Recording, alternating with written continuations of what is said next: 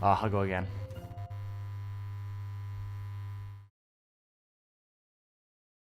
We are back and ready to kick off the first match of the day, and it is going to be Swidz versus Seiko. Going to be an interesting one because I think the way this weekend is shaken out, I feel like the players who have seemingly put a bit more thought into the lineups and the specific tech cards and deck building have come out a little bit better overall. When we look at the top four and who's available for now, we talked a lot about Bunny Hopper. You thinking that Bunny Hopper just nailed it? Guess what? He's in top four. I like a lot of Swidz's decks and the way he's approached the lineup as well, and the tech inclusions. So yeah, I think this, although short but sweet, is the format for this 1 week alone. I think it has displayed, even though maybe not the cleanest way, who has really just quickly got to grips with what they were asked to do for this. Oh, siding with TJ's hot take there, Raven. I can't be allowing that. It's almost quoting it verbatim. I'm gonna have to object. But you agree? Yeah. I mean, I do it. Like, the point of that show is that we have to argue the point, isn't it? But yeah, I think this was definitely not a week where you could just completely phone it in. I think, Bunny Hopper made the point that he didn't necessarily think that the deck building process, the preparation process, was as complex as you might think it was with all these kind of unknown decks.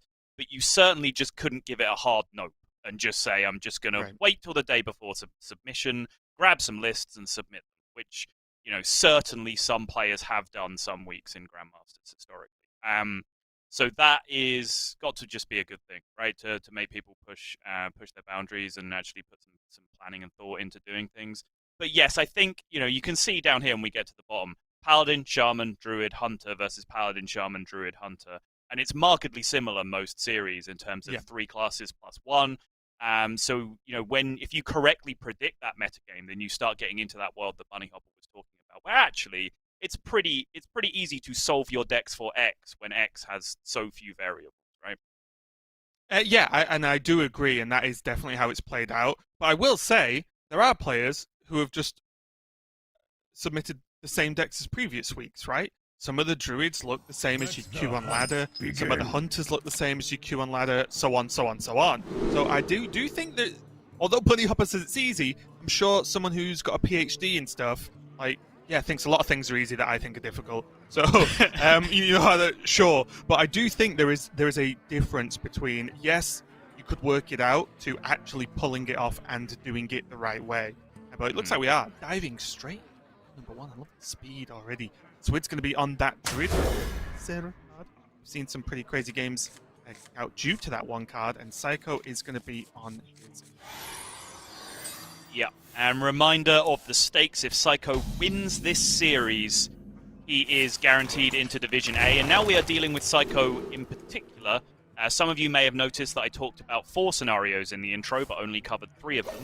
The 4th scenario is where Seiko and Boston both lose. What happens then? Well, in that case, Seiko is the one of the 2 of them that does still qualify. Seiko and Felkane in that position. So even if Seiko loses here, he has a nervous hour and a half or so. Actually, hang on, in this meta, he has a nervous 25 minutes or so where he watches the Boston series right after it. Yeah, so I believe in total then Boston is the least likely Correct, yes. to actually kick it out. Seiko looking fairly comfortable overall, but let's see how it does play out. Swidz didn't have to a slow-ish start, but we can see the overgrowth there in his opening hand. And he does have the overflow as well, so some of the things we did see yesterday, particularly I think in the Druid games, was just a good amount of ramp, but a lack of cycle just led to a few losses. From what we saw. So at least for Swidz, he has the ramp and at least 1 piece of cycle, and that 1 cycle is a heck of a card when you can draw 5. I think Derek and Gia made an astute observation on the APAC show just before us. It was something that I'd noticed as well, and it's actually, I think, a little bit of a distinction between regions, is that some of their druids are playing control style, just killing early minions, using bog beams, using wraths, using crystal powers, and some of their druids are ignoring those minions and then just ramping and drawing cards and trying to do their powerful stuff. Which was kind of the downfall in one of the series where it left a board up and it was just like double war leader lethal on turn 4 or something ridiculous. But yeah, I think, how to play these matchups, because that's something that we haven't really talked about too much, is we've talked a lot about how do you build your decks for this format. But there's also a lot of, well, how do you actually play these decks in these matchups? Because that's something that, quite often takes a lot of reps to get under your belt, is learning to play the matchup very well. How many times have you got to play Druid against Murloc Paladin or Evolve Shaman or Totem Shaman, right? I think that's why we're seeing so much disagreement in the way that the matchups get played out. Yeah, it is super weird, but in the meantime, Seiko. While I was talking way too much, a Ysera has appeared, and now it has I've been torn. enjoying the game. Yep. Yeah. Seiko did have a good setup himself. The Mana Saber unlocks not only the Bone Chewer, but into the weapon, which was pretty nice just in terms of usage. There is the Dragon Bane into hero power now, if that Mana Saber swings. But other than that, there is a bit of a problem as Seiko Dragon. But speaking of ramp and stuff, Swidz, just as a 5/15 with Taunt on the Hunter's turn 5 and the portals in deck. And although people... and Overflow in his hand! Yes. People discuss quite a lot about how to build Druid. I think it is one of the most varied decks at the moment that has so many different builds of it going on. And you could discuss whether you like Ysera overall. It can solo some games sometimes, though. And we might be able to see it right now, because just not only is the minion pretty big and chunky, ramp is there, and also just summoning 3 dragons is just powerful. I think he has to go for the Saber, right? Oh. It would go down to 12, then it would go down to 10, he'd swing. So he's actually one off with the clear with Swarm of Locusts there, even, if he attacked with the Mana Saber to get the extra mana. And same thing with the Hero Power, just didn't quite cut it. The difference a dragon makes, just imagine. Yeah, to clarify your statement from last turn, he said he doesn't have a dragon. Curious. More precisely, the problem is that he had precisely 1 dragon in his hand. Yeah, sure. He really wanted a second one off the top that turn. It was absolutely night and day in terms of the outcome of this game. Imagine just blow this up, push all the damage straight through, dragon on board, so you swing your Stormhammer face as well. Sign me up. Well, honestly, I don't want to go crazy, but it's close to like the win. If he could just do that, he has kill command. There's a lot of damage still knocking around, as you mentioned. But there's Overflow and there's... That means Swidz now has Rotnest Drake protection. There is a dragon off the top this turn. Seiko. There it is, right on time. Can't nullify it either. Oh, I guess he could attack with the Mana Saber, even though it looks bad. Hero power, then Rotnest. Oh! Alright! Or just be an actual lord. Sign me up to the School of Seiko, because that is something I definitely would have done. On ladder, just because I'd be like, yeah, I'll get it. But Seiko just whips it out game number 1. Now he can just... Very important match. He can just crack face and drop the hero power. Clean 50-50 on killing a 5/5 or going face. Checks, I think he hit it. Based on his animations, yep. Wow. God.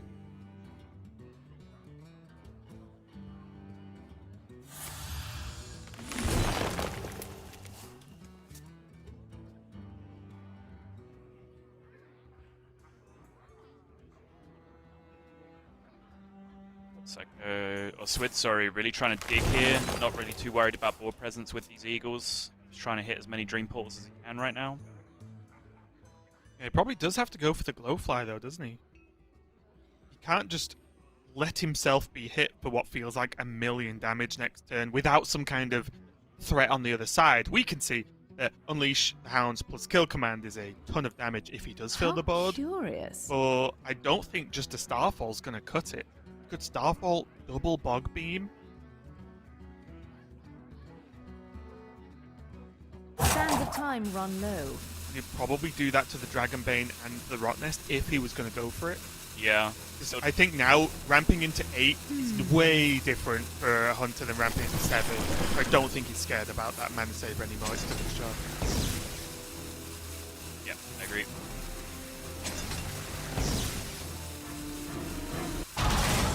Dragon's Bane seems much more effective, both in terms of damage, just as removal, and also just potential damage going face here as well. Unleash, though. That's lethal, yeah. That is 17 plus kill command, exactly 22, even without the hero power, yep. Yep. Very straightforward game there, but honestly, that was all down to the Rot Nest. Give that guy a trophy.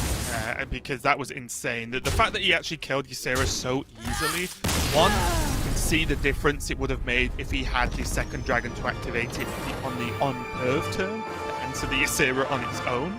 But the fact that he even managed to clear the path forwards with the help from the Dragon Bane, things went very right in Cycle there to get that game won. Yes, they certainly did.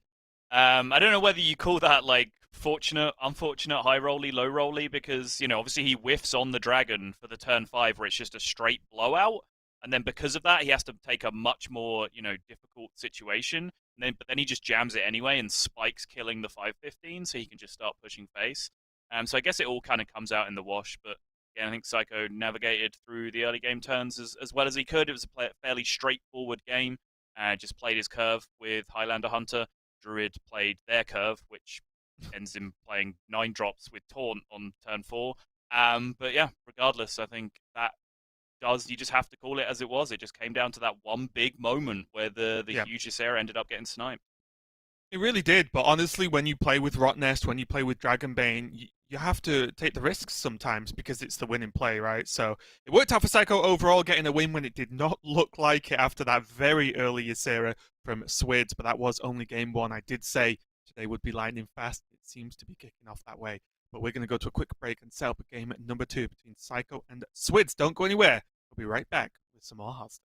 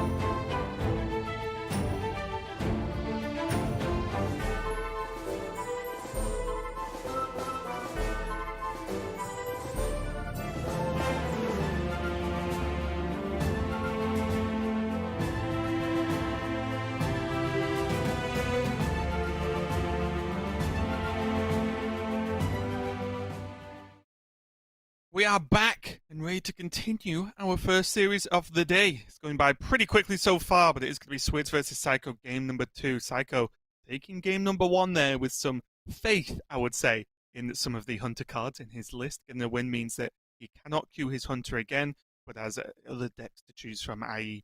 the 3 that are always left over, the Paladin, the Shaman, and the Druid. For Swidz, has his whole selection of decks to go for, and I imagine we might see the Druid again from him here. Yeah, sometimes, Raven, you do just have to believe. We saw it even from, was it Just Saying last night in Americas, where he just didn't believe in the Bluegill Warrior lethal by swinging face with the rod. And of course, as soon as you don't believe, the Bluegill Warrior comes out to punish you. So, yeah, sometimes you do just have to have faith. But honestly, Seiko just didn't really have other options there, did he? He just had to jam the Rotnest Drake and get on with it, and it paid out for him in the end. So you are, in fact, correct, Raven. We've just been told that the Druid is coming back from Swidz. It looks like Seiko here is going on to his Shaman. And it does make me start to fear for Swidz a little bit in this series. Generally, I think if people have started to get a bit tunneled on Druid, it's tended to work out badly for them. They've tended to lose, a couple of games, maybe all 3, before they're able to get a win with the Druid. So it really can struggle in this format. Just, minions hitting the board and beating them down, which, if you delete the huge 15-15 Ysera from that last game, you can see why that happens, because that Hunter curve that was so aggressive, basically every deck in this format can do that. Yes, and although I predicted he would keep it, I don't think he should have. As one of the differences in this format is you don't have to win with all of your decks. You have a floating spot that you just don't have to do. And I think seeing Seiko's Hunter get the win, which I feel is a decent matchup for the Druid, I would have queued this if I was Swidz. Because he's going up against, as we've seen, as you mentioned, throughout the whole weekend, some decks that really just overpower Druid very quickly. And also the fact that the Hunter's gone from Seiko means I don't even think he has a particularly great matchup to queue into. Maybe this Evolve Shaman, but I don't know. Looking pretty good from what we've seen from Evolve Shaman versus Druid in the past. That crystal power off the top was the nuts. Just look at the rest of Swidz's hand. Just does nothing to react to board states, but if he lives long enough, he wins the game. That's essentially what that hand says right now. Right. But Seiko had a pretty aggressive curve, and Swidz are just like, alright, perfect removal card off the top, no big deal. Perfect removal card off the top, no big deal.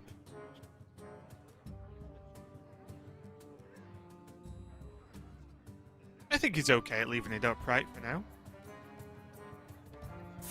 It's going to depend how many zero spells he wants to have for Kauthas and how many he calculates he's going to draw again before he gets to it. Because obviously Coin Wild Growth is the play that he wants to make this turn, which then does make the Moonfire very appealing, just for completeness' sake. But obviously when he's curving into Kauthas, having that 0-mana Moonfire in hand is just a huge upside as well. And also for me, it's unlikely a Mutate is going to come down on this 2-1 like this turn or even next turn. There's a while until the Knuckles are going to come out. I think even if he gets pressured on board in the next turn or so, he can probably just Moonfire it later. Yeah, he takes a bit of damage, but I think it's a bit more flexible. I will counterpoint you there, Raven, because Clacker is like the on-curve play, potentially, right? If you just drop it on 3, and I think that is an underrated play, because some people, America's casters included, don't realize that these are 2 drops to start with. Waiting for it. They are 2 drops to start with, so if you play a Clacker, you're going to get something like 2 3/3s on turn 3. Yeah, there you go. Boom. Singular 2/2 for 3 mana. Boom. The nuts. Just like a bad Titanic, wasn't it? +1 health. Yeah. Yeah, okay, yeah, I do take your point, actually, and I think, again, I'm in that crowd to underrate the Clacker on 3, I guess, but I think it just felt like the Moonfire would have been more valuable later on, and it was as safe as it's ever going to be to not play one, but... I agree. Well, I think you argued the right side of the argument with bad execution. Up everything I do, so I've got the right ideas, but I do it all badly. In the meantime, though, Swidz making a habit of getting really big taunt minions out very early in the game, isn't he? Not a bad habit to have, mind you. Speaking of really big minions, that's a 10/10 Divine Shield that now has Rush, Raven. That is absurd.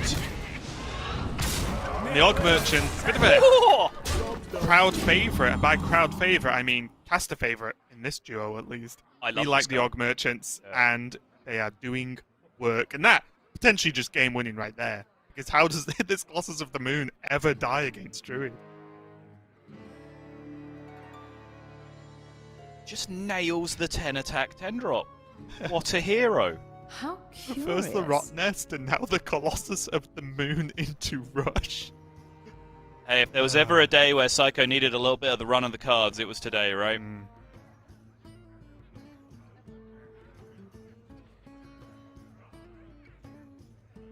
Of course, the smaller 10 drops still would have done the job So because he many has the smaller tokens that he can start bashing into it as well. But just how clean that was, so he could still just ship everything else face. Beautiful. Yep, and what you've got to look at as well is look how insignificant the glow flies have been made now Stand the because time run this, low. being able to save the So board on many Psycho's side. contradictions. Their glow flies look so much worse than if he had to trade in some of these minions instead.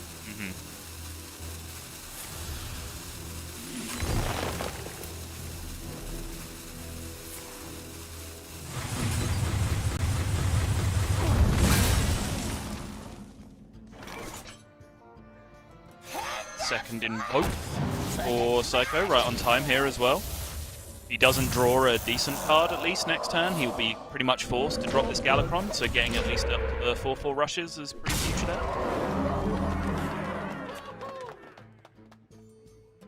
More importantly, if Swidz doesn't find a good enough answer, Seiko might just kill him next turn. Yeah, he's just dead.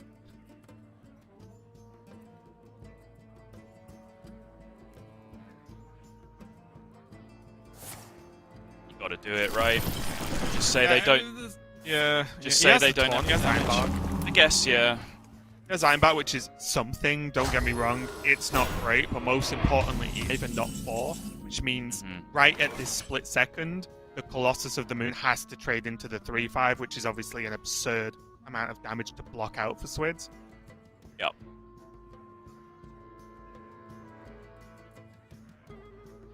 Gotta be Gala, right?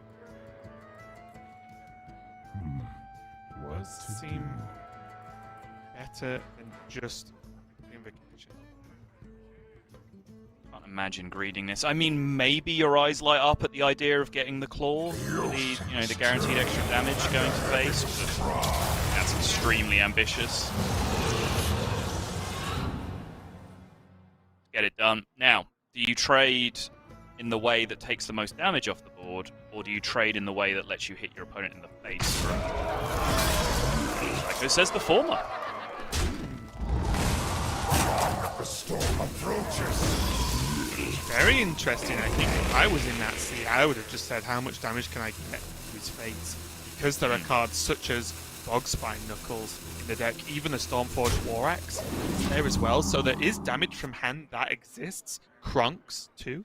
If that's drawn, that can be 5 just straight from hand. So I think Seiko had the burst potential. But yeah, we just saw him ship 10 damage into the taunt. We'll see if it pays off.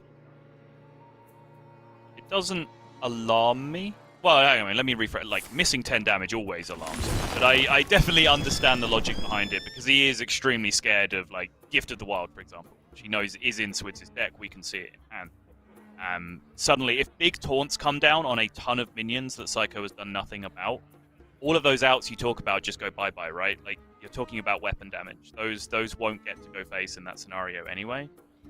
So Seiko potentially just trying to control the board state and stay ahead on board. Does seem to be a little bit more logical. It would literally come down to Krunks or damage to do the final push if Swidz doesn't heal, and Swidz brings some heal cards as well. So yeah, I think if you try and take emotion out of it of missing 10 damage to face, which is tough, don't get me wrong, it might be a good enough play to start fighting the board, as you said. But here comes the Gift of the Wild, and the board's still looking scary to me. It is, yeah. That's what I was going to say, is that having said that, he does still look pretty dead to the Gift of the Wild. It's a good pickup, though. That is 2 1s with Rush. He can freeze one out as well. Yep.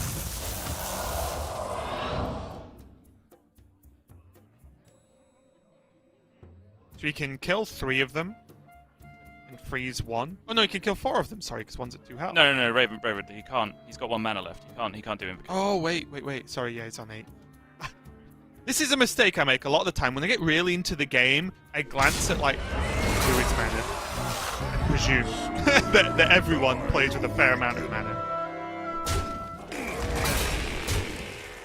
Yeah, I wonder whether the Frost instead of the hero power, so essentially the same board state plus a freeze, is actually important here, just in terms of like protecting his 10-1 for another turn. Because right now, Starfall is a pretty nice clear. Bog Beam, singular Bog Beam doesn't do too much, but like Bog Beam Wrath kind of messes with him. Mount Sellers uses Bog Beam this turn. Your opponent still has a 10-1 most of the time. Yep. Hmm. You still have taunts. Or I taunt him. Yep. And you're not. And if like Knuckles is drawn and the attack goes to taunt, well, the Colossus can't attack anyway, right? And that's the most consistent 4 damage. Well, any invoke card is 4 damage. Oh, with hero Like power, sure. literally any invoke How card, and you're taking 10 Oh, in the face if it's you do tough, that. isn't it? It's tough. Sands of time run low. I think it's too risky. I think you kill the 10-1. You kill the 10-1, they build a board that is always smaller than this next turn, unless it's like that card in hand is Desert Hair and the other card is Bogspine Knuckles off the top. And then you do your Mount Seller stuff into that next turn. You like this use of Bog Beam here instead of just trading? Yes.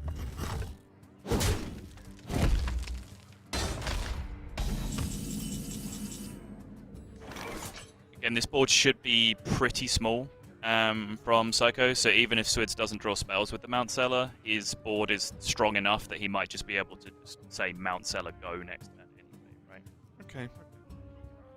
This is the main issue from Galakrond Evolved Shame moment is its pretty serious lack of card draw. It means that at these points it struggles to keep going, as there is just a single Novice Engineer and then card generation from Lightning.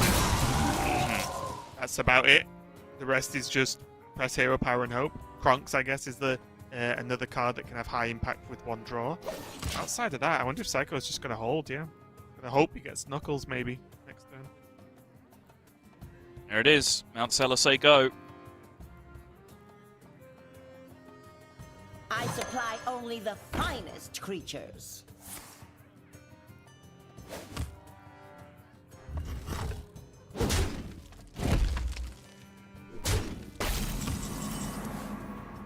That's not what he was looking for. These are fantastic cards, though. Dragon Lackey or Spell Lackey into something of huge value. Doesn't find it, though.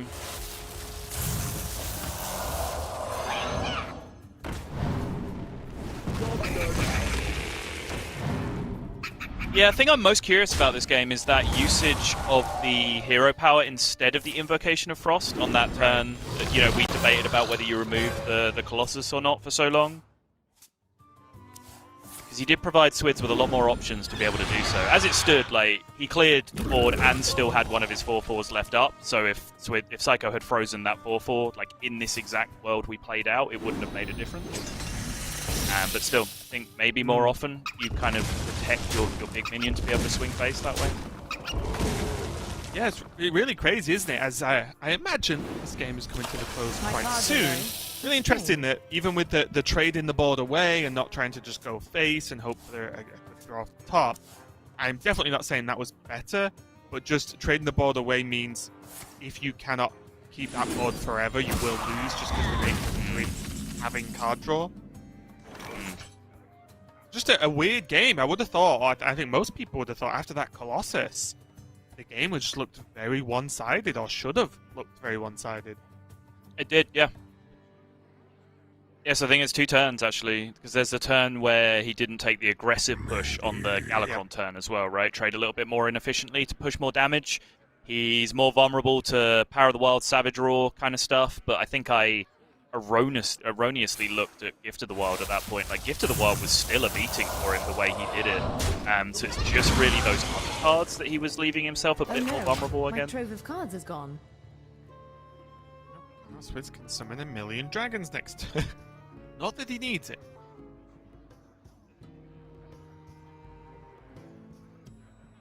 So it's 18 with Power of the Wild.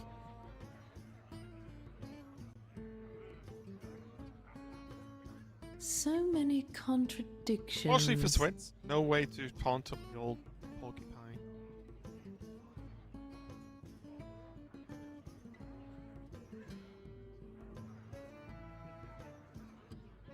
I love this card art, by the way, especially the golden version. Just a little quivering porky boy. Look at him, great.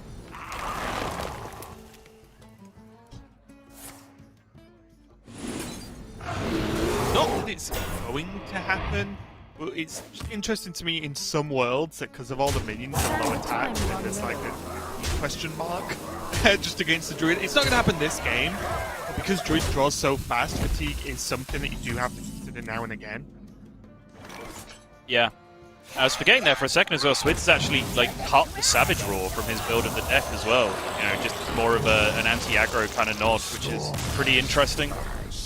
There's the game. It looked Seiko just holding on for just a little bit longer, but it was not meant to be as Swidz takes the game. But again, that looked so reminiscent of game number 1. Swidz landing a huge taunt minion early on, and Seiko just having a response. A bit more on time response in game number 2, but still a good one for it. But it just not being enough in that game for Seiko there. Very, very close. But again, we see the sufferings of the evolved Galakrond Shaman, and maybe just Shaman in general right now. It's just a lack of consistent card draw, which means that you are playing off the top, and when your deck is, I'll say, almost a combo deck, just because of the nature of how Evolve needs minions and so on and so on, drawing one card a turn just isn't enough versus especially Druid, which draws 100 cards a turn, it feels like.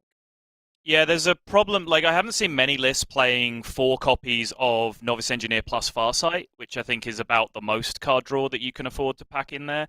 Even if you do that, like, you're suddenly like so short on slots that you need to fit like the Evolve package and the Galakrond package and all of that stuff in it as well. So without that, you do just feel a little bit low on drawing cards for sure. It was my number 1 problem that I was running into when I was playing the deck. But yeah, a couple of key decision points for Seiko, and I'm certainly not going to fault him because I've flip-flopped like 4 times already, just in the case back and forth, right? I'm really not sure, and my instinct at the time agreed with him.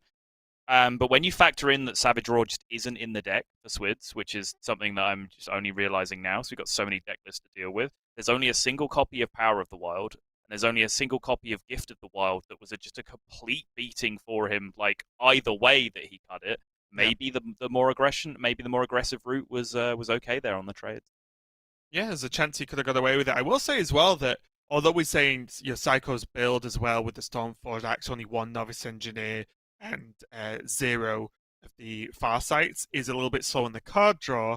I will say in this meta in general, you don't often need tons of card draw because if you're against more aggressive Shamans, more aggressive Paladins, and so on, then you don't need to draw your deck, you need to just stop them in wave 1, right? So I guess there is some sense, because you look at the Stormforged Axe and go, well, that's not going to get much done in Druid.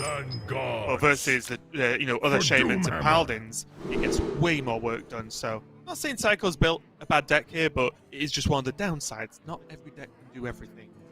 Most of them. But we are going to go into game number 3, and it's going to be the Shaman Mirror Psycho on the Evolved Galakrond Shaman Swidz. On I think one of my favourite decks I've seen of this weekend. It is Galakrond Shaman, not Evolved though, and more of a value based with some sort of late game removal. There's the Dragon Packs, that Fist of Ra-Den, which I really like.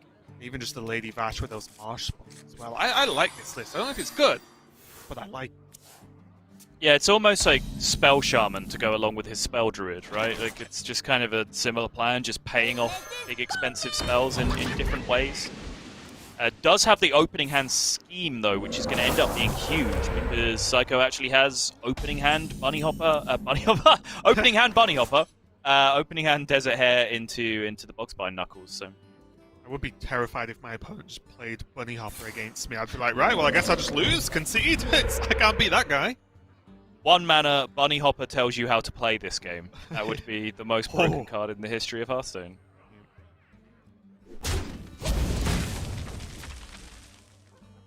Water is life.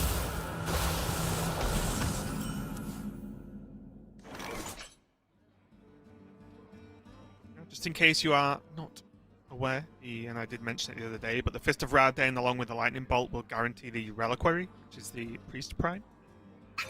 A nice little combo in there, and a bit of an extra nod as to why Lightning Bolt is in the deck versus some other cards that could have been used.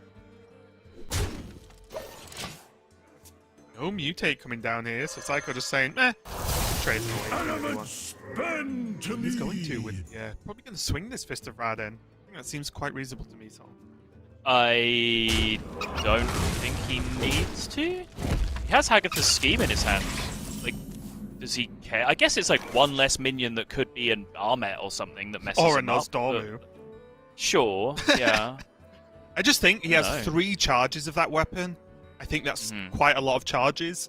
So I think using just 1 to make this lessened a little bit is reasonable to me, at least. Yeah, fair enough. Bogspine down. No, Seiko does have a reroll this mutate, so if he doesn't like a bit of a low roll coming out somewhere, he can change it. But he's okay with the Silver Moon Guardian. I think it's just a decent minion when it's just generated like that. You for sure keep that when you're against an AoE deck. You take Divine Shields all day, every day. Also, as well, not only it's AoE, the second swing of Bogspine means you can get an attack off with it and then just evolve it again to a 5-drop, which again is pretty solid. It's very likely. Perplexing.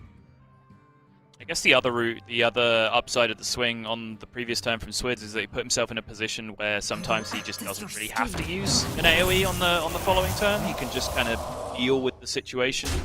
The money's manual. Yeah, I mean, worst case, he had Hex and Lightning Bolt that turn, right? So he'd summoned 2 legendaries and killed 2 things, probably. Right.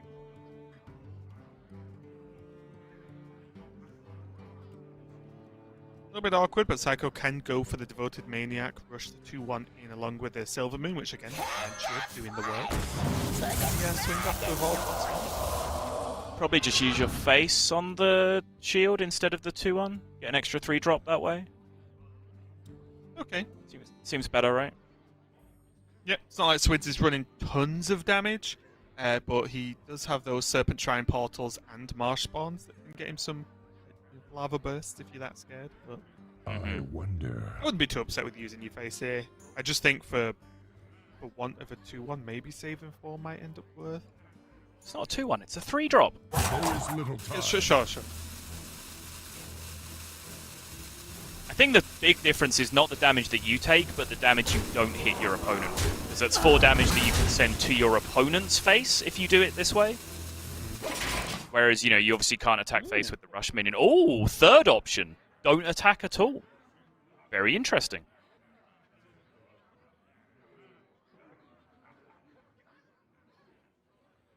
I will act as your scape. Kind of into it. Saying you already need to answer this board state, so why would I commit another resource here? I can just make you answer this board, and then use the second swing of my Bogspine Knuckles to make a whole new one. Yes, that could have been 2 5-drops though, and not a 3-3. 2-2.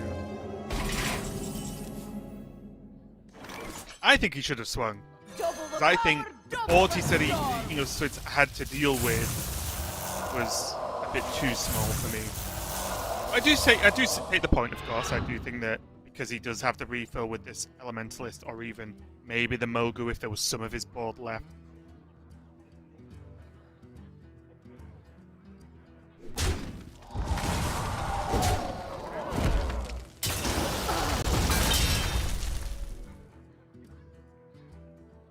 Very solid. Very, very solid. In terms of stats per mana. Ooh, I wonder if Swidz can be greedy here. Just play Dragon's Pact.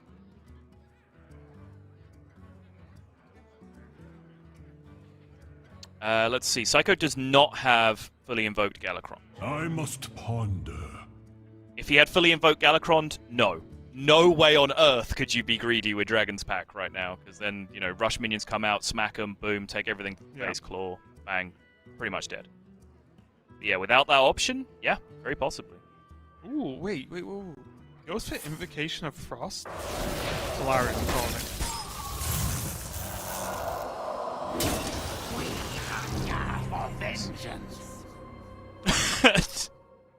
It's a 2-mana legendary with Death Rattle. And spell damage. Come on, Yeah, that's pretty true. close. True.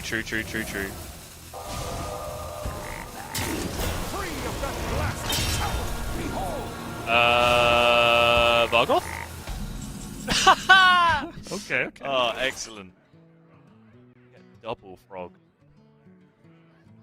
I could have gone pretty wrong for Swidz there, though, honestly.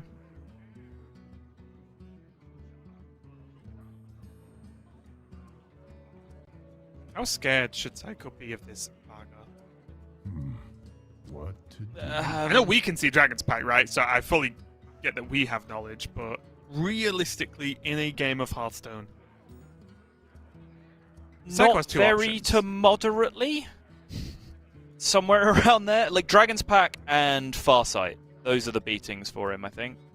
Serpent Shrine Portal is a bit too turbulent in terms of, you know, where the target goes on the second one that gets cast, but Yeah. those two spells are kind of universally good. I will With his act hand as your size is very small right now. Fortunately for Seiko as well, he was 1 mana off being able to elemental. Logan. Same. He does have that mutation there with it. Sorry, what did I say about Dragon's Pact Farsight? I think Swidz will just take the Dragon's Pact here and go Mana Yes. Tide instead.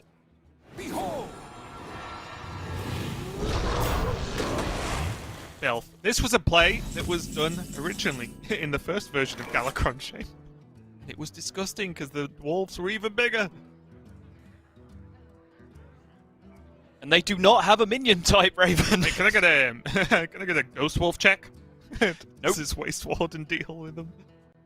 Ghost/Spirit/Taunt. None of these things are minion types, I'm afraid, Raven. Love it if my Waste Ward had just worked off like art or something like art. Yeah. similarity. Why isn't just normal a minion type? That's what I wanna know. Waste Ward would be broken. Yeah. It's like how, you know, like how like Pokemon don't get stabbed off normal type attacks if they're Yeah. normal type? Why? I'm annoyed. I don't really have to answer that question right now, so I'll have to investigate further at another time. Okay. In the meantime, though, I don't mind this at all from Seiko. Just get this Bronx played. Kind of in trouble with this Vargoth, but just open up the Galaxy. He's in so much trouble to this Vargoth. Wait, Oh boy. do you not just want to drop Krunks? You know, just Oh, I guess you can. Wind Fury? Damage does he have? 14, 18 with Wind Fury, but there's still the taunts to get out of the way that he can't do. He doesn't want to play another spell here, does he, anyway? He wants the second No. class. Well, I mean, if it was lethal, yes, he did. Oh, But no. I don't know. I think casting multiple far sites is pretty fun, so maybe you just Yeah, take a he turn had- off. He had like Wind Fury plus Serpent Shrine that turn to be able to like push through taunts, but yeah, I still don't think it was quite enough. Swiftly.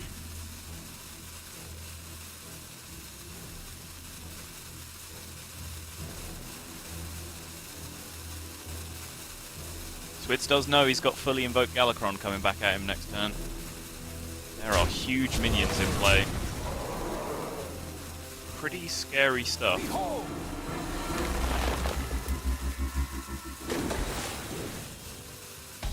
That scheme, though, is an answer to anything Psycho might.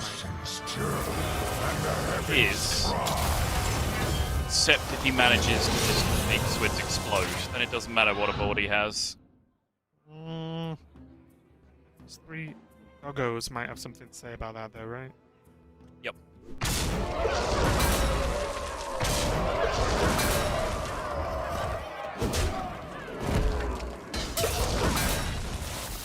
Rush into the Vargoth. 13 goes face, right? It just has to. Yep. Seiko agrees. Now there's 9 coming back the other way. Wind Fury is 15. Serpent Shrine is 18. Oh, double Serpent Shrine is now lethal. I was going to say, he basically has to find 10 damage from somewhere, and he has many cards. So it seems quite possible that Wind Fury doing the job from the Marsh spawn is just number 3 going to Swidz and Seiko. As we said, he does not necessarily have to win this series to still have a chance at his Division 8 placement, but it would help. Not only would it help, it would guarantee it. He would be able to rest easy for the rest of the day, whereas if he loses this series, he has to nervously watch Austin's series that will come immediately afterwards to find out his fate. But right now, Swidz is just continuing his march towards the absolute top of the standings. Yeah, it is, and he has Hunter left over along with his Paladin. Just a reminder, he can pick any of those 2. If he picks one and loses with it, he can pick a different one that's left over. It's absolutely fine. Once these 4 decks are there in front of you, you have your choice until you win with 3 different ones. So, Swidz looking in a good spot again when you need to win one more game, and Hunter is a choice you still have available to you. I think that's looking fantastic. Just going to double check Swidz's list just to remind myself if I agree with its build or not. Viciously judging. It's okay. It's not too bad, actually. The Boom Pistol Bully, I'm not 100% sold on in Hunter, honestly. Especially if you're banning Rogue. So, it's okay. But outside of that, it seems pretty solid to me. Nothing too crazy going on. But enough of the early removal cards. There's the Bone Chewer Brawler. The Henchclan Hogsteed is in this version, which isn't in all versions. As along with that Imprisoned Felmar that we've seen have some level of impact over the weekend. There's a Houndmaster in this deck, Raven. Is there? Yeah. Oh yeah, I just chose to believe that didn't exist for some reason. Okay, that's a weird choice. What's that about?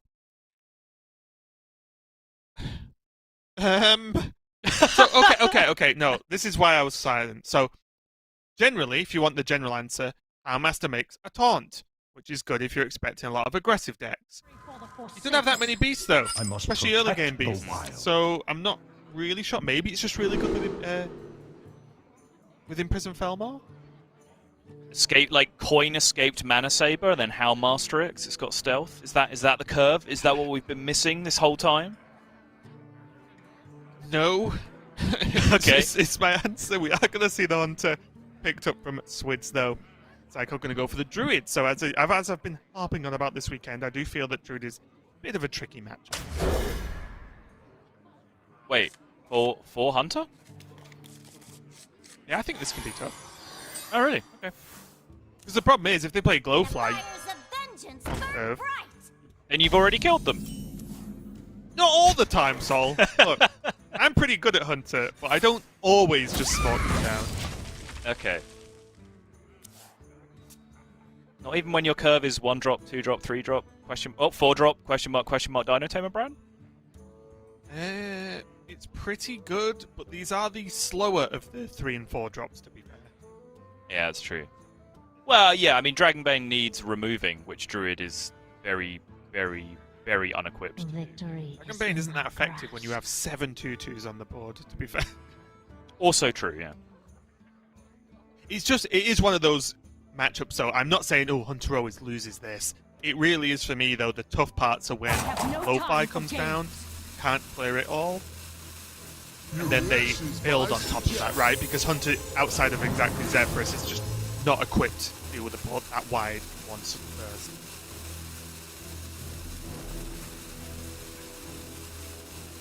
And you know growth, and you know growth. Eternal debate, and you know growth. No shield offered there, by the Totem Golem Somehow, Seiko means he is putting a bit of a stopper in this potential aggressive opening for Swidz with the 1-2-3. Oh, good pickup there. Seiko, just keeping your resources high, and like I said, it's not only the Glowfly, like just the Glowfly turn is probably doable for most Hunters, Hunter outcomes at that point, but if they live and they can have buff them, Soul the Forest, draw more cards afterwards, just as long as they can build on it, it's It's a real problem, and Seiko does have access to a lot of tools right now, even at Ironbark.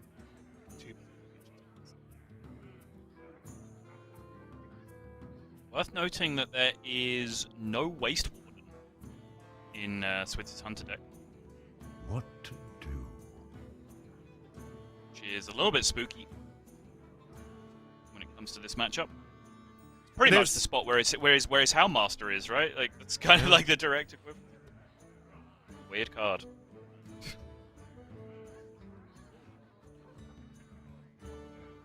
It's 4-drop heavy for a Hunter deck, actually, right? Like Bone Wraith, Dragon Bane, Escape Mana Saber, Evasive Fellwing, Houndmaster. Mm-hmm. I actually quite like playing Glowfly here. I do think this is really good, yeah. For no one. Agreed. Even though we can see the hand, yes, but in general, what does Hunter actually do? One's definitely dead. But outside of what a weapon, there's often not two dead, and then suddenly you start doing the big things, Druid. Nah, none of these are dead. You think the 5-5 goes face? Couldn't pay me to Victory is in my 5-5. grasp.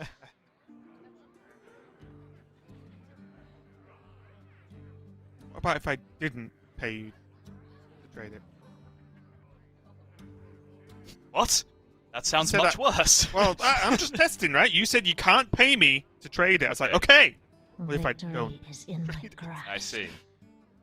Ask the question, Sol. The Bone Wraith, nice little blocker there for these 2/2s. But as I said, the big deal here is if Seiko can either buff them or remove this have Bone no Wraith time a for little bit games. easier, and then Mhm. the answers just start just becoming non-existent, especially because Zephyrus has already been played. Let's not even go for the Bone Wraith there. Like one. I would have actually liked that Dragon Bane to go face. Yeah, possibly. Seiko's list, pretty similar in terms of number of punishes for this as Swidz was in the previous game. 1 Solid Forest, 1 Power of the Wild, 1 Savage Roar, 1 Gift of the Wild, which is in no way relevant yet because not ramped up until that point. Not a huge amount of punishes, but you know, Solid Forest on its own is pretty brutal if you leave everything up. Yeah.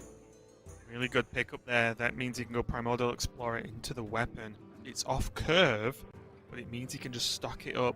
Primordial Explorer, especially after seeing a Bog Beam, means that it's reasonably likely to kill off another minion next Vengeance is turn. near. Get the weapon cooking, because look, if Swidz plays this brand, I'll take it all back. Swidz isn't going to win the whole thing. King Crush is reserved for the face. I honestly, I do think the weapon has changed this turn quite dramatically. Let none survive. Remember that game where Dino Tamer Brown was just a 7-mana 2/4 and it just got there? Just started cracking away turn after turn? Yep, I do remember that one game remember. out of thousands of Hunter games I've watched. It's the one I remember right now, therefore No it's the time one for that's in. games. Find me wherever the action is.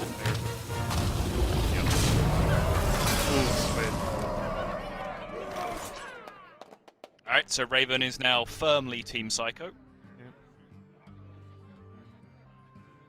Telling you, dude, this 2/4 is going to get in there for 12 this game.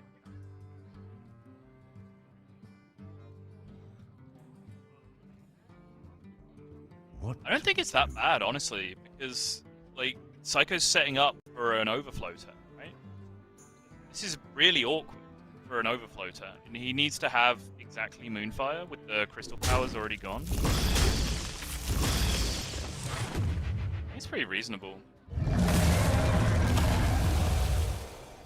I guess my point is, it's reasonable as we look at it from up on high as casters, but from Swidz, like, was it always going into an overflow turn? If there was any board buff, then he's in trouble. Time waits for no Trades one. become so much simpler. Mm-hmm. So I think that's just my mindset of, yes, if they want to and only really have an overflow, it looks way, way, way better. But if they have almost any board buff or any kind of effect like that, then it's way, way, way, way, way worse. So what were the other powerful turns, right? Because Kael'thas got burned off the Fungal Fortunes. And Seiko only plays one Mount Seller, but also he dumped his hand the turn before, which is usually a signal of overflow, not a sign of like exotic Mount Seller, right? So I think overflow being the turn is actually a pretty solid read from Switz's position. I guess the flat gift of the wild, Vengeance is and then near. Psycho does run a swipe as well, That's true. Yeah, that is fair. and a bees. Yep. So I don't know. I'm exaggerating when I say I'm not friends with Swidz anymore. I don't even actually think that's how far I'm exaggerating it. But I just think like I struggle to not want to get value out of that weapon, especially when you're killing stuff, right? It's not like just swing it to put him to 27. It's like, well, no, you kill off all the minions every single turn. The Primordial Explorer, definitely not a bad setup as well. Kind of awkward to deal with. I have no time for games. We'll see how it pans out. See him out off the top of Swidz. Help another high-level threat. Fan Shield, Wind Fury. Yep. Can't see any other configuration having any merit there. Gift of the Wild just seems like such an obnoxiously clunky card when you burn your Kael'thas. It just seems like you're never going to get to play that. Yeah. Hey, you know my thoughts. I am still confused why everyone's still running one Solar Forest. I think a lot of the time, if you could just guarantee way more consistent Solar Forest, you wouldn't need a card like Gift of the Wild. Although I do understand that it, of course, synergizes with. Yeah, still not going with you on that one. I think I just really like Solar Forest. I don't know why. What beam means you can play up the Tiamat now with the help of some bees.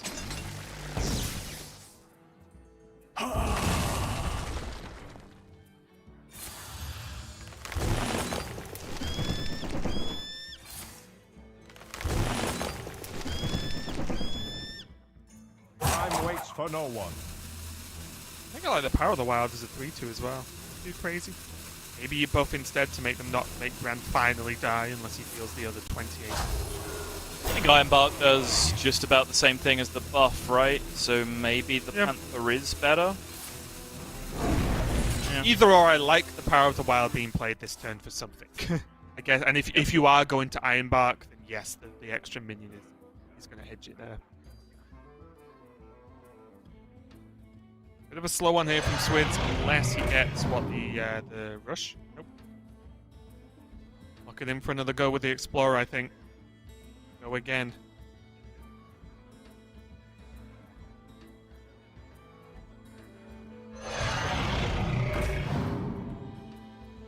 Nope. We'll do it. Yep, that sure is the good one.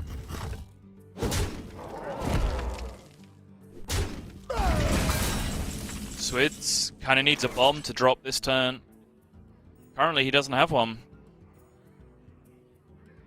Psycho, you mean? Sorry, yes, exactly. I was going to say, Swidz looks like he's got a pretty big 9-drop in hand for me, Yes. so it's looking quite good for Swidz. Yes, indeed. Yeah, it's... That's the reason why the huge bomb is so important for Seiko this turn, right? Is that he can't just give Swidz the free turn of development now. Yeah, you see, Swidz happy. Happy to see Overflow. It 2 cards left. continues to surprise me that a deck that is all just about Druid kind of just making tokens feels like it doesn't actually run that many tokens. No. You know what I mean? It feels like they should have 18 million waves of little dudes to buff up. They just Wait for no one. Plays like this version in particular with like no Forest Aid, no Ysera at the top end. It plays like 3 boards in the whole deck. Like it does seem very, very slimmed down. But honestly, I think that is partially a reaction to the metagame, right? Where they want to make room for all of these Moonfires and Swipes and Starfalls and everything else that you're playing, be able to deal with the anti-aggro metagame. And it's a weird one, right? Because I get it, but for me, I think since this has been an archetype by the expansion, I just feel like the KT and then running all these high-cost spells just is too fancy for me, I think. And I know it's proven itself in the past, but I think for me, I'd prefer just, some of the lists we've seen, which are just waves upon waves of cards, and just utilizing the card draw that Druid has access to as opposed to the KT. I just like having an Asera in your deck, honestly, at this point. I think that's just a very reasonable thing to be doing. I supply Because it only like the this situation finest just seems to come up so creatures. often where you're just like, all right, I've just run out of cards now. I need to invent things from thin air. And that's it. They do it every game, right? They draw their deck. So you get to not only draw your Sarah, but play it and then utilize the portals so consistently. Dude, I actually stand for this porcupine. So adorable. One of my favorite cards from the new set. That's why I really wish Time waits for no was one. playable. 'Cause you've not lived, so you've either buffed this porcupine or done the what Nathan line on it. On curve. Oh, do love a good bit of mocking Nate. Raven special that was one. Yes. Well, Well, that seems that like looks like a a ton million. of damage. That's good. Yeah. Believe it or not, guys, we've not counted whether it's lethal because it looks pretty close. Neither Although is it's gonna be Swidz. Yeah, he has. Yeah, the fatigue. It was a ton of damage, and I think most importantly as well, not only was it just so much damage, Swidz takes the victory, it was just the Rush Dragons actually just reduced the board down anyway for Swidz. So even if he didn't quite have the damage or there's a big taunt in the way, well, the Rush Dragons deal with the Mount Seller summons, and then the game's over regardless. But again, I feel like the Druid's getting a bit too weird, a bit too fancy. I know the builds with the swipe and all the removal are for this meta, but the amount of times we see KT just get discarded is just... And even when it's available, sometimes it doesn't cut it, and you're running like a one Gift of the Wild, a one of this, a one of that. Just make more waves of consistent minions, or, I agree with you, whack that Zero in there. But congratulations to Swidz again, proving consistency in making it to the finals of Week 3. Seiko now is not guaranteed his place in Division A with a win. He is now going to sit on the sidelines as he is done. He has to just watch it play out and have those fingers crossed. It does, but it does mean one thing definitively, I believe, and that is that Belkane is now Division A. Because the only way that couldn't happen is if both Seiko and Boston made the finals. And now it will be one of those two players plus Belkane at this point, in my understanding. So, Belkane, congratulations. You're going to join your compatriot Swidz in Division A. And then, of course, Boston, attention goes all the way over to him now because he has a winning in at this point. Seiko, how many S names in here? Seiko can still qualify if Boston doesn't win, but the fate is very much in his own hands now. Just Boston wins, Boston makes Division A. Yeah, pretty simple, but he does have to go up against, at least in my opinion, sort of one of the most impressive players in the whole of the European Grandmasters and the world as well. I think outside of this being Hunter Ace as his opponent, I think he's just drawn the shortest straw here to really need the win, right? Because I would not like to be in his seat. Obviously, he has the chance and he can impact it by playing well, but going up against Bunny Hopper, I think I'd want almost anyone else. Yeah, can't think of too many